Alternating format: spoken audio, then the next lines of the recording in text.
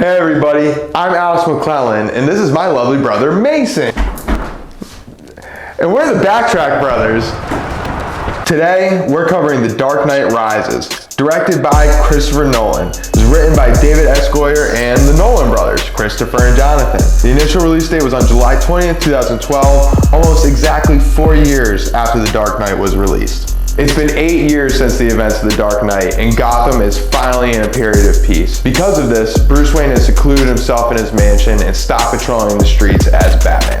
That is until a new villain named Bane shows up and forces Bruce to have to rebuild his mind and his body to confront this new enemy at Gotham. Following the lead of its predecessor, the visuals in this film are on par with any modern action flick. With a wide variety of colors, lighting, and camera work, this film will undoubtedly keep you visually stimulated. One unique difference that this film has compared to The Batman Begins and The Dark Knight is that we see Gotham during the winter, causing the abandoned roads to be covered with snow. Considering this pairs with the more depressing portion of the story, the combination of snow with a somber blue hue and emptiness of the streets perfectly embodies the emotions Nolan is trying to invoke. I mentioned in our Dark Knight review that the camera is constantly in motion, and that's even more true in this film. In fact, we think he may have overdone it in Dark Knight Rises. There's so many different clips and characters being sewn together with constant camera motion that it starts to feel a bit like a music video.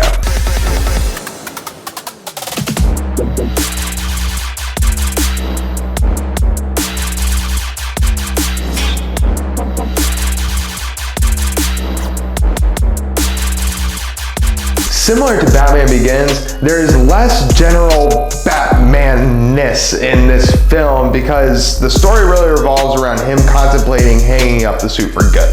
Batman doesn't appear in his formal garb until 45 minutes in, and there's really only 30 minutes of runtime in the back half of this film where you see the Bat at his best. The fighting in this movie, particularly between Batman and Bane, feels extremely weighty and slower paced. In past films, Batman's agility and technical prowess were highlighted, but Bane and older Bruce are more interested in brute force. I bet they're both pretty pro ham-fisting.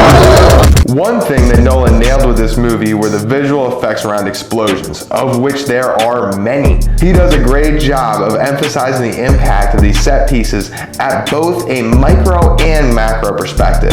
These are the most awe-inspiring shots in the film, by far. From an audio perspective, our boy Hans Zimmer... Where's the accent?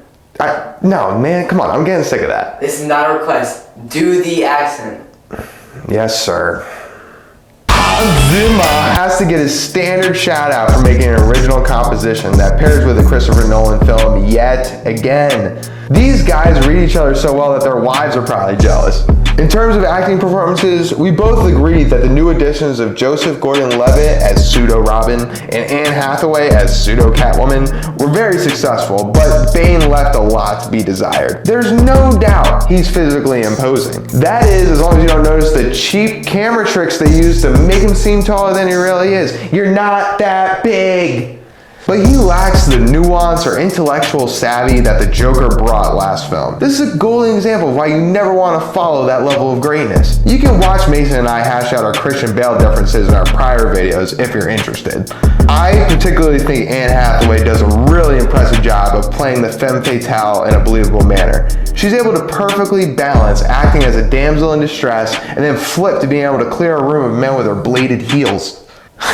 Yeah, we call that flexibility. On its own, Rises is a great Batman story with an engaging villain and a couple of great twists that make for a rewarding rewatch. We think the story is a fitting yet somewhat anticlimactic end to the Dark Knight trilogy.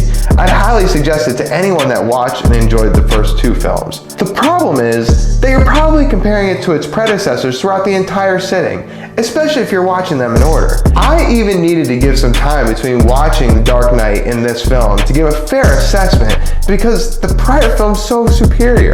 This isn't to say Rises isn't a good movie, but when you're constantly comparing it to one of the most revered action movies ever, it tends to take away some of its shine.